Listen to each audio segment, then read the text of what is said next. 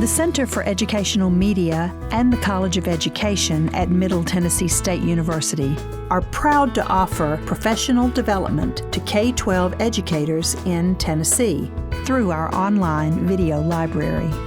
These videos are aligned with standards set by the Tennessee Department of Education. For more professional development videos, check out our website at www.mtsu.edu/CEM.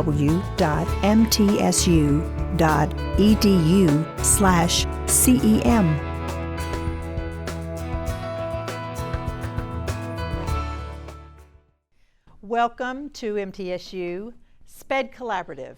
So we are about to start our third session for the day. We've had two great sessions and we're about to finish up with our last session.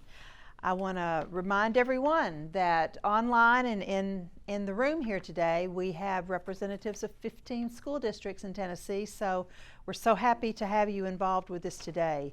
Reminder, please, if you're online, add your questions to the chat, and we will share the questions at the end of the session. And if the presenter asks for any comments or feedback, please share it on chat. And so we're looking at that, and we will share it with the presenter here live. So for our last session today, I want to introduce Ms. Angela Schaffner. She is the lead speech and language pathologist for Rutherford County Schools. And so she's going to talk about how SLPs work with SPED teachers. And she'll have a kind of a mini session today. It'll be a bit shorter than our others. But anyway, she's experienced and ready to share with us today. So, Ms. Schaffner, please. Thanks. Well, I am probably the anomaly here, meaning that I am not a SPED teacher, right? I did not go to school to be a SPED teacher, but I have been in the SPED world for 20 years. I've been practicing a long time, and this is a new role for me. So I do a lot of presentations along with the state. I have changed roles over the last few years just within my district, and that has given me the opportunity to meet a lot of people. So when I was asked to do this presentation, I was super excited to what do you want me to speak about? I got a lot of things I can talk about. So just a little financial disclosure. Of course, I work for Rutherford County Schools. That is where I receive my monthly salary, and I am an ASHA certified speech language pathologist. Before I go into this, I'm going to tell you about what I do so you have an idea, right? We're all from different districts. We do it all differently across the state. So here in Rutherford, I manage is not the best word. I lead 38 SLPs. We have 39 SLPs in our district to serve 50 brick and mortar schools and one virtual school. What we do is we work together to collaboratively meet the needs of our district, right? And so as you guys in the classroom meet the needs of students, we figure out what is best as a department so that we can meet the needs in every building, because we don't have the luxury of having one SLP, one building, one SLP, one building. We have to manage it by caseload, workload, plus the assessment specialist side of it. So most of you guys have SLPs in your building, I hope. I hope that they are licensed speech language pathologists through ASHA. I know that we have really been working hard at the state level to get that push. And if you know anything new, we have a new director of special education, and she is a licensed speech language pathologist. So with the state's restructure, Susan Essery is our new director of SPED. But a little bit about what we do is we work with students with just speech or articulation impairments, all the way through stuttering, word finding, semantics, syntax, phonics, vocalization, swallowing, and my favorite, what I have been doing previously into coming to the lead role, is I have been our district assistive technology facilitator in the area of AAC. So that number 5 on considerations of the IEP, where you mark and say, does a student need assistive technology to meet the IEP? I was the person that helped get that student a communication device when they couldn't talk, right? So for the last 5 years, I've been working with the state to help put rules and guidance in place for assistive technology. So when I was asked, when Dr. Clark asked me, I was like, well, what do you want me to talk about? But today we're going to talk about how we can work with you guys and how we can break down the barriers that a lot of the times we as professionals don't really see because we aren't educators, and how we can work together to best meet the needs of our students. So hopefully by the time you leave me today, you can take some of this back and maybe have a growth mindset in how we think about service delivery and what's best for our students. So of all the speech pathologists in the country, ASHA did a survey a few years back, and 56% of us work in the schools, right? That's a lot of our employment population, and 53% of us are in K through 12 schools, and only 3% work in a university or in the college setting teaching it. So it is so important that we have a collaborative model, right? Because we are working daily hand in hand with you, and we should be. If you don't have that collaboration with your SLP, I'm so sorry. Reach out to me. I would love to help you guys foster that, because that's my job in Rutherford. It is to get my SLPs working with my teachers so that our students get the best bang for their buck in that least restrictive environment, so those goals are met, so we can provide them with the best service available. So, raise your hand or speak out. Give me an amen if this is you. How many times do you sit in an IEP meeting with your speech therapist and they write twice a week, 30 minutes for a pull-out? Every single student that receives speech in your building has twice a week, 30-minute speech. Do you know there is zero data that supports that that's the best practice? Actually, the data refutes it, okay? So most therapists, when we graduate from school, write twice a week for 30 minutes. We'll pull them out, we'll work on their R sounds, we'll pull them out of the structured ed. We call the CDC, or Comprehensive Development Classroom, we call them structured ed in our district. So a lot of the times we'll pull them twice a week, 30 minutes, and we're gonna work on their ability to answer WH questions, we're gonna work on sequencing, we're gonna work on sound development. That kid with a communication device, I'm gonna pull him twice a week for 30 minutes, and guess what? He's gonna come to my cute little therapy room, and then I'm gonna bring him back and say, oh, have fun with him, Miss Jones, I'll see you later, right? There is no data to support that that's the most effective method, okay? Actually, what is most effective is when I'm sitting right next to you and I'm modeling on that communication device, so that when you have him the other 6.5 hours a day and you know where to find those words on that communication device, or you know how to elicit that speech sound for that student. That's why it is so important for us to have that collaborative model. But I'm going to take fault for it, right? It's my fault as the professional that I come out of therapy, or out of school, and I just start writing that in. Or I come to a new school that I've never been at, and I say, oh, well, that's what the therapist did before. She's been here 32 years, so I'm not going to ask the admin, and I'm just going to leave it that way, right? So I'm going to write every single IEP twice a week, 30 minutes. Or it's what's easiest for scheduling. That's what my mind works for. Right? That's what's easiest for me. So we need to think about throwing that old service delivery model out. And the reason it's important for you guys to know this is when you're sitting at those IEP tables is to ask those questions is, why are you still doing that? There is no data. There is no data that supports this is ethical. All right, so what we know, we have to consider LRE, right? And there are various service delivery models. You guys have been talking about them all day long. You know about them. You're in education. This is what you do. But from a therapy standpoint, we have to figure out how we can best meet the needs of our students through that collaborative model. So in 2012, there was a survey completed by ASHA, who is our governing body, and what we found out is that SLPs were spending 5.7 hours providing inclusive services.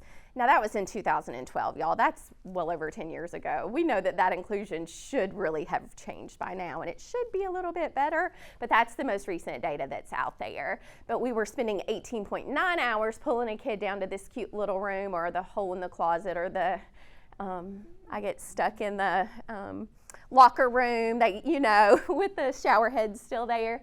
But what we know is that that data did not promote a lot of growth in the area of vocabulary and phonological awareness for our students. But when we changed that in 2017 and we provided inclusive services, we saw that data increase, right? And then another research article lets us know that the more that we provide an inclusive opportunity with that SPED teacher or that gen ed teacher and that related service, speech language pathologist in the classroom, vocabulary for curriculum significantly increased, right? Because what we are able to see is that we can see the barrier that the student has with learning that vocabulary, or being able to identify that vocabulary, or being able to respond to questions about that curriculum vocabulary, and then how to apply it to the academics, right? And so it's so important that we put those barriers down, and we're going to talk about those in a minute. Now, of course, I'm going to talk about speech, but in my role, and in my previous role as assistive technology, I focused a lot with our OTs and our PTs. So what would be the benefit of doing OT and PT in a collaborative model, right? Do your OTs and PTs still pull everyone out? Most cases, yeah, because it's a distraction for that OT to be blowing bubbles and to be playing with putty and all the things. Well, I will tell you, I had the luxury before I came into our central office role 6 years ago. I was just in the classroom 6 years ago, and I was so fortunate to have a SPED team and an OT and a PT and me and great educational assistants that were like, let's be in the classroom. And so we prioritized our schedule based on those low incidence classroom that had a significant amount of students. Y'all, honestly, I couldn't schedule them all. If I had not integrated in, we would have definitely been short staffed. And so what we did is, instead of letting the school schedule dictate our schedule, me and that SPED teacher, we planned the schedule, and then our OT and our PT pulled in as well on the days that they were there. We saw the most significant gains. We did that job for about 7 years together. I can tell you, she hated me the day I walked in. Right?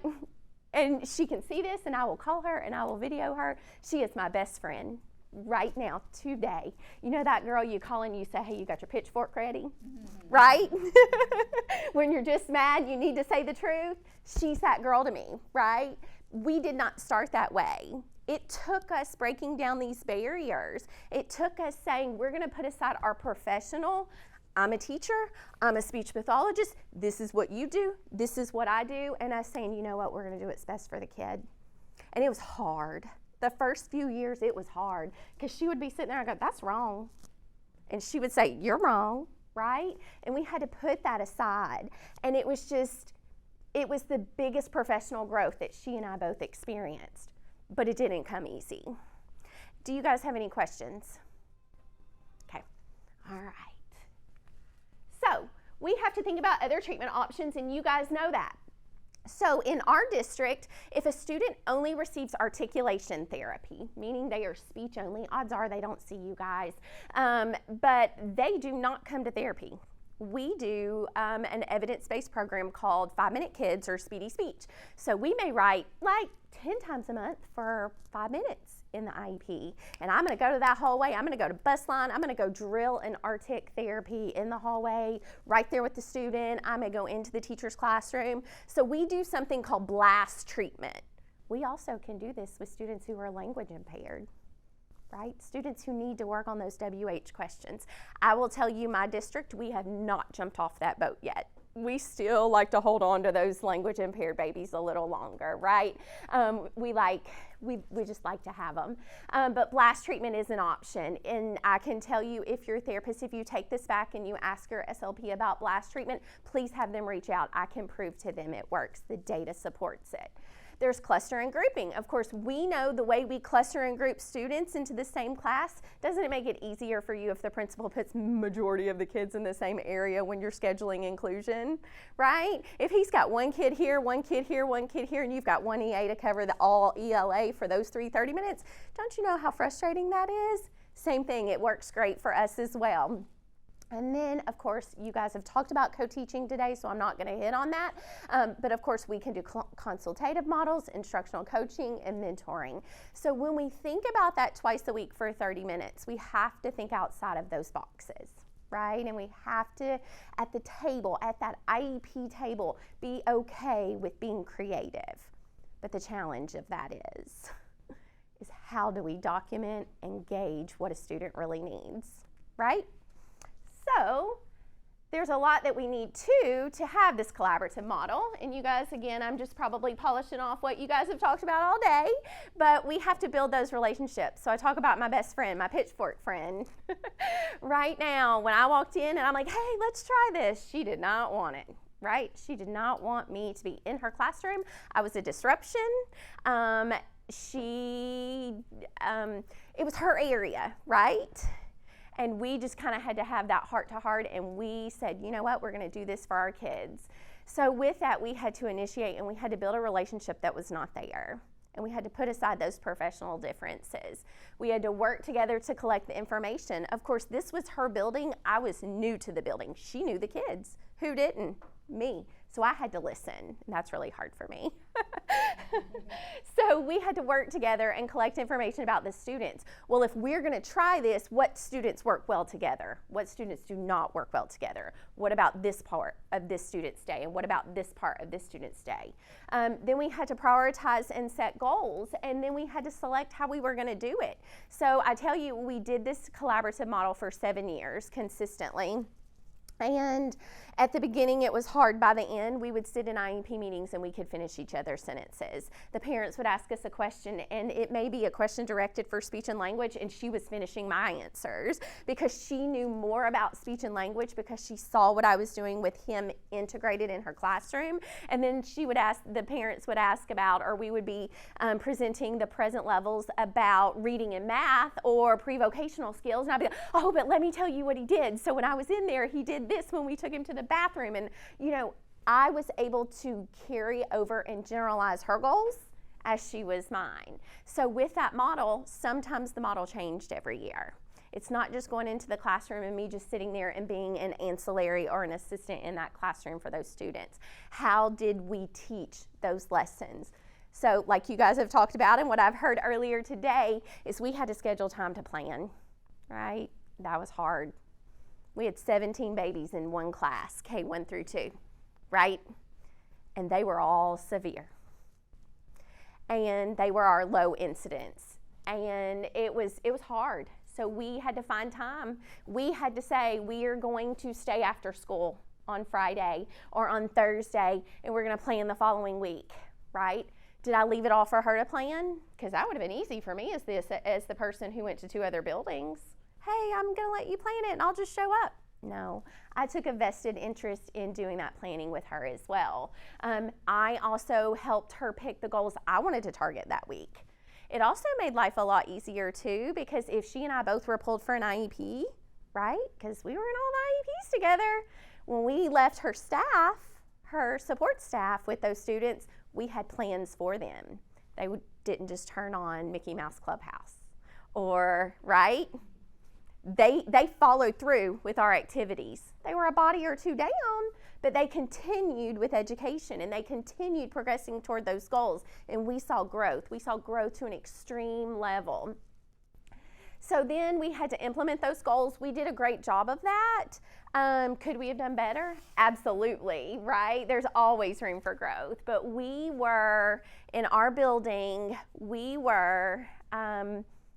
our principals sent the regular ed teachers to observe. So you know how when your principals will do your evaluation on 10 Compass and they'll say your area of refinement is, and you need to go see Miss Jones. I'm going to schedule a time to have coverage for your class to go down and see Miss Jones teach this because she does this really well. We had 4th and 5th grade teachers who taught that were like math and ELA who would come see us because we had great knowledge of students. Right? We knew our students. And so they were like, you're coming to see us? He's under the table with his phone talking to, we don't even know who he's talking to, right? And so we were like, why are you, but as we progressed through our time together, we knew our kids. We knew what to write for them. We knew what to propose, and we knew that if one wasn't there, we could implement and continue. And then the biggest thing is evaluating it, right? If we want to talk about having a collaborative model, we got to evaluate it. We got to be okay to say what doesn't work, right? And we've got to be okay to say, this isn't a fit for me, okay? Or we got to say, this isn't what's best for Johnny, so we're going to do what's best for Johnny. So of course, there are ingredients that are needed for that collaborative model. Again, I told you there's a huge limitation. I've already kind of told you this, but we don't know. It's really hard for us as therapists because we're not always in your building every day, right? Like you guys have these kids every day. How many sessions do I give a kid to meet that need that that kid has documented in that pleb? There's not really a scale or a science, right? So we're just kind of guessing. That's where that twice a week, 30 minutes. And it's really just because we've guessed for so long. But when we write these IEPs, we need to keep in mind the student needs and the limitation of a block schedule. We have to be creative. So in my district right now, I have quadrated girls, okay? Kind of like Metro was talking about. I've quadrated, that's not even the right word. I've put people in quadrants, right? And they are going around to the people that do this really well, and they are having observations, and they are seeing this in action. And then I'm asking their principals to come back with me to let their SPED teacher go. If it doesn't work, I'm virtually providing them the option, right? Because what we want to do is we want to provide an inclusive opportunity across all related services if we can, because we know that you're going to be with the student much longer than I am, and you're going to be able to implement those goals in your education practices all day long. Not to give you one more thing to do, right? But you can reinforce our skills that we're targeting when we're not there. Yes, ma'am. We do have a question related to just this from virtual. Were you using this approach with resource as well? Yes, I was. Of course, it was targeted in our structured ed classroom. That was where we got the most bang for our buck and where, you know, she is my bestie. But there were, because of the scheduling challenges in that building, I was in a very high-need building. It did require me to be super creative. And I had a few students that they're, you know, like when your principals give you out your schedule, y'all know the big old master schedule that they have? And I mean, there's like how much time to pull for intervention. And then we got to find our spots, and you know, and so it gets really challenging. And there were a few, yes, Dr. Clark, that I would go to like a 3rd grade classroom or a 2nd grade classroom, and it was more based on the needs of the student. We are moving to that model, but we are in a systemic change in our district from a top-down approach. And so we're working on it. So I, the lead SLP, and our lead school psychologist, we're working together to try to meet our top-down systemic change to do a bottom-up so that we can meet in the middle so it doesn't take 20 years because all these people will be gone by that happens. So no, it won't take that long. But we're working together collaboratively right now. But I guess the biggest thing I want us to take from this is we have to be creative at that table. And if there is no science that says twice a week for 30 minutes is the best reason, question them. Why is that the reason? Okay? All right, so, and look, I went fast. I don't even know how much time I have left. So, with that being said, if we work together, we all know that it's going to benefit our students to the maximum ability, right? And what I can tell you is that our students that I did have in this model are students that we did have those implicit biases on, right? Our principals had those implicit biases on.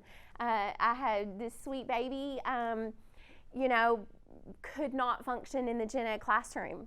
I mean, he walked in, no services. We were that school that we had kids that had a lot of early intervention services, and then we had those kids that walk in and it's like, where have you been, right? You could have had our preschool program. You could have had all these intervention services. And we were that classroom that they wanted to put those kids in without eligibility, right?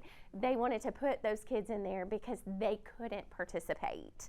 They wanted to put those kids in there because we had nowhere else for them to go. So I can tell you, I've been that dumping ground, for lack of better words, right? So I've been in the trenches and done that before. But as my job now as lead, it's to make sure that my girls aren't a participant in that, right? I have a team full of ladies, so it's kind of interesting. No men on my team at the moment. And so with that being said, we are really trying to change our philosophies from a top-down approach, but also from the bottom up, because we're working with our admin. So we're working with our teams. We're working with our assessment specialists. We're working with our SPED teachers directly in the building so that we can support them, support the students as best as possible.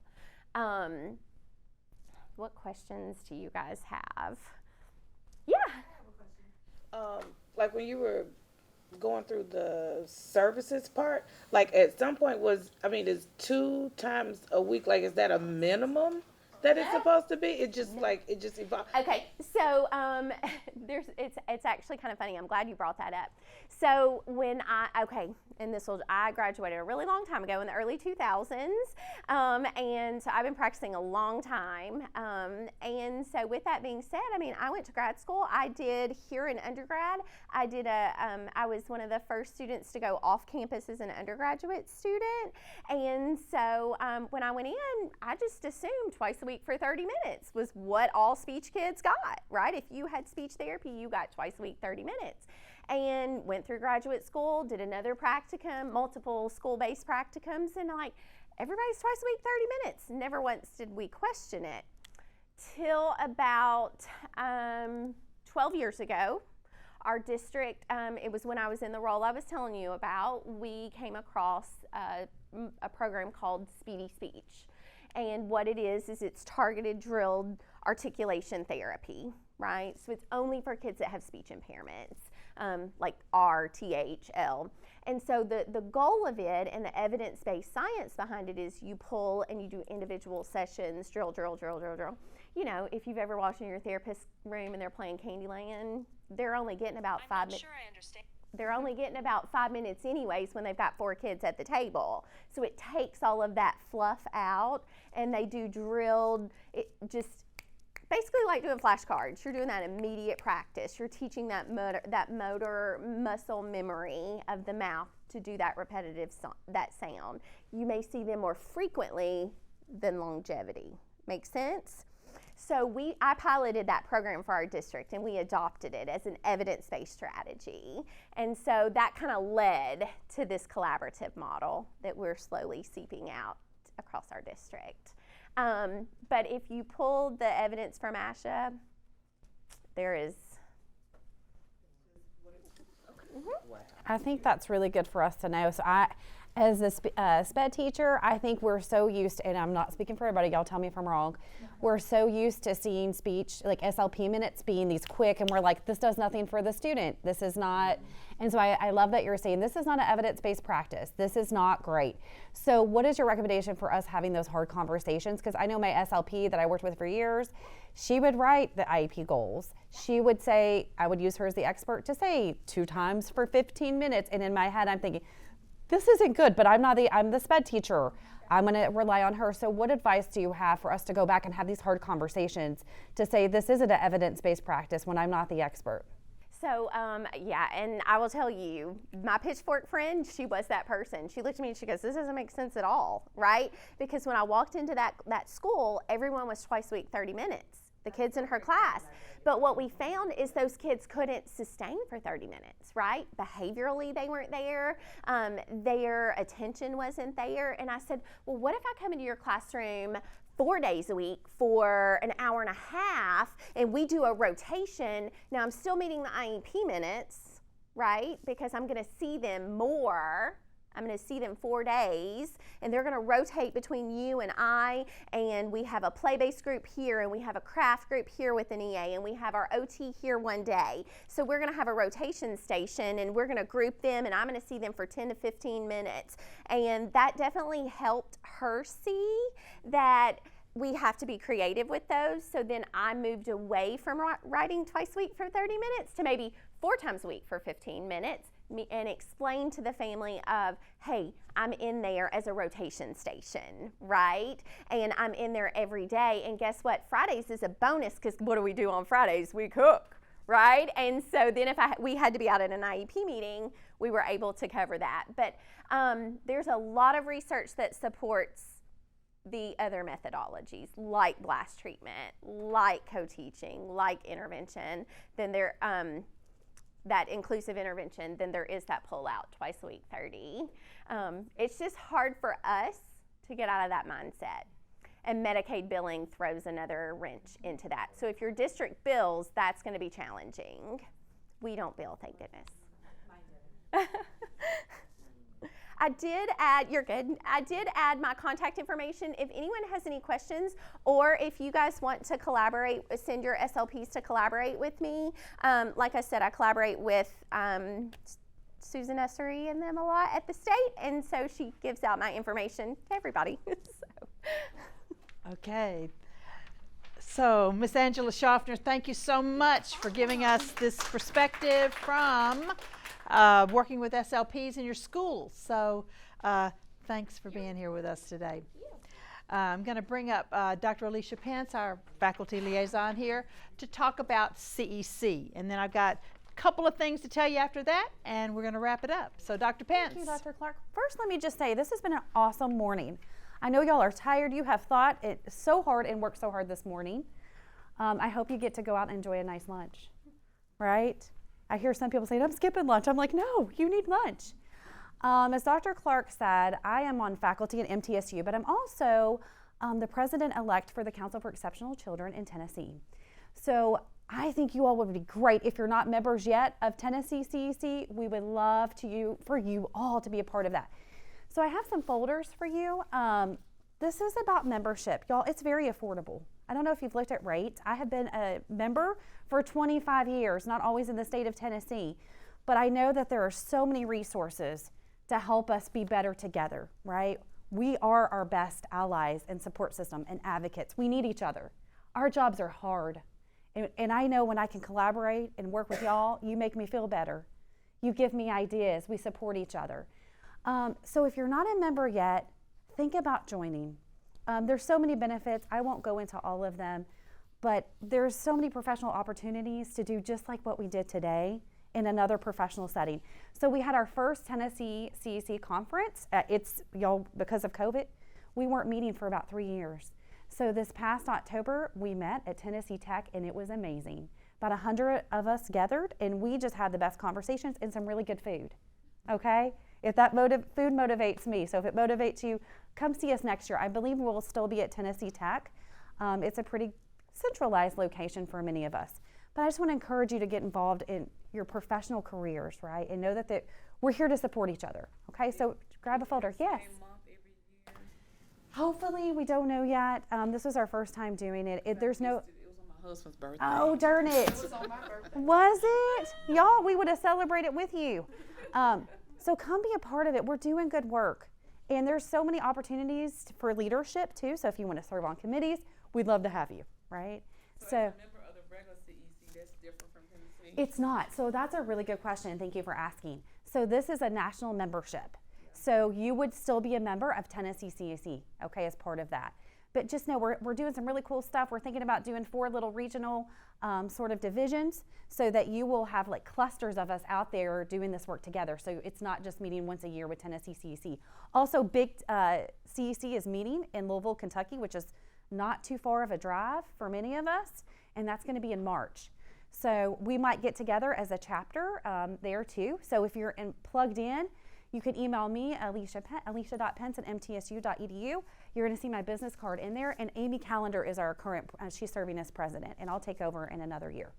But it was nice to meet so many of you all today. Know that we support your work. Thank you. Our jobs are hard, and you guys it matters. Our work matters. So thank you so much. I appreciate it. Thank you, Dr. Clark. Grab a folder. I'm going to pass them out if you don't Sure. mind. Thank you, Dr. Pence. We're lucky to have one of the state leaders right here with us, so I appreciate you sharing that. And let me remind everyone that right now on the screen is the QR code for you to give us some feedback. So if you'll just capture that QR code. Remember, we're asking you for suggestions for future topics and suggestions for future presenters. So please give us feedback. We read every word that you give us. We are going to wrap this up today with many thanks to Dr. Alston, to Ms. Morrell, and to Dr. Cook, and Mr. Floor, and to Ms. Schaffner for coming today. We have an initiative going on here at MTSU called Difference Makers, and hopefully you're going to start seeing this phrase, difference makers, which is what all of us are, right? And we are looking for people who are graduates of our program, or even who are teachers who are wanting to build and bring in more people to our profession. And so if you would ever be willing to share video comments with us about be a difference maker, please talk to me, because we'd like to capture you on video and help bring people into College of Education here and get more teachers out in our schools, because we are truly difference makers. We're life changers and difference makers for children. So talk to me if you want to know more about that. If you are an alum of MTSU, I'd really like to hear from you if you'd be willing to share your voice on that. Let's see, July 20th is the SPED Summer Academy here at MTSU, and we hope that you are here. It will be on site down in the big room here, and it will also be virtual. All of our events that we do are on site and virtual. So, and then a reminder to everyone, you may view these videos from today and our other videos at our website. It's on the screen, mtsu.edu/CEM. And when you go to that website, you can see the PD videos link. You can see educator resources link. That's where you can find the PowerPoints. So we're coming to the end. Does anyone want to ask a question before we wrap it up today? Question, comment, suggestion? Yes. The video that we did today, is that going to be on here, or was that just live? What we did in this room today will be on this website. Yes, it is. So your lovely dance and chants will be on the website. But may I remind you all that, you know, we always ask your permission before in your registration process for us to use these videos, because we use them for instructional purposes. Might we have a light moment of humor? Yes, as we do in our classrooms. But yes, this recorded session today will be on the website, so you'll be able to share those moments with your family and friends. Did it all get captured at the beginning? I'm not for sure. Yes, it will. It will all get recorded, because we're recording. Yes, it will. But let me also say, in wrapping up today, I want to give a shout out to one of our virtual viewers. Miss Sarah Pendleton, are you there? Miss Sarah Pendleton, she is the district coordinator in Clarksville, Montgomery. Her voice on our chat today was remarkable. It was continuous. She was very engaged. Miss Sarah Pendleton, thank you for joining us virtually today and sharing your expertise and comments. We encourage you all, stay in touch with this SPED Collaborative. Join us virtually or come on site if you can, and we look forward to seeing you and hearing from you in the future. So, reminder, July 20th, SPED Collaborative Summer Academy at MTSU, and we invite all of you to come. It's a one-day. I want to thank the staff of the Center for Educational Media, which is where we are here. We have production and engineering and media staff here who have produced this program today and will make it available to you on demand. I also want to thank Dean Rick Van Osdal and Associate Dean Dr. Robin Ridgely. Dr. Rick Van Ostall and Dr. Robin Ridgely. Special thanks to Dr. Alicia Pence, all part of the College of Education at MTSU, for supporting our work in the SPED Collaborative. And with that, we will end the day. Keep doing the good work. Keep being a difference maker for children in special education. Have a good day.